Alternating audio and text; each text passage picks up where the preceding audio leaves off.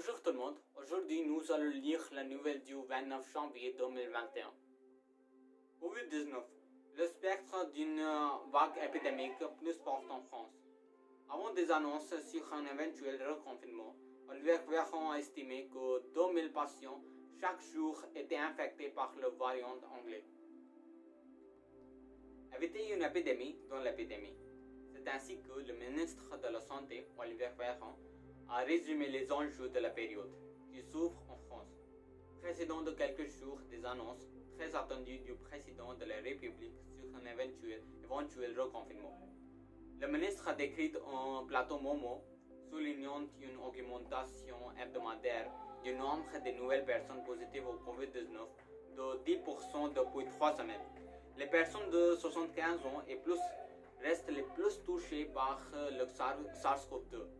Selon les dernières données de Santé publique France, le taux de positivité est assez semblable dans toutes les tranches d'âge, ce qui signifie que le virus circule à tous les âges, même chez les moins de 9 ans.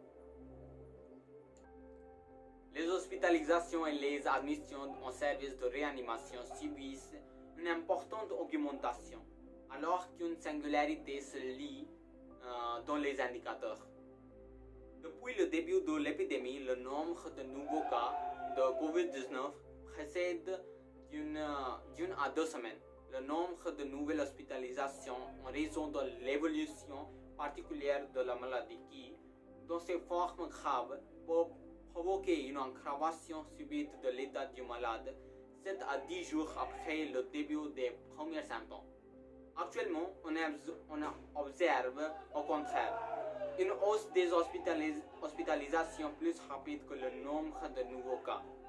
Depuis septembre, on hospitalisait environ une personne sur 20 cas avérés de Covid-19.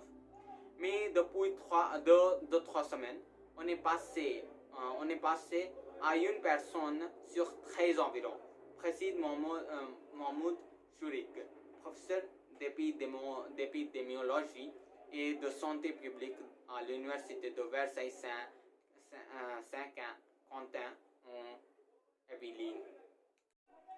Comment expliquer un tel phénomène?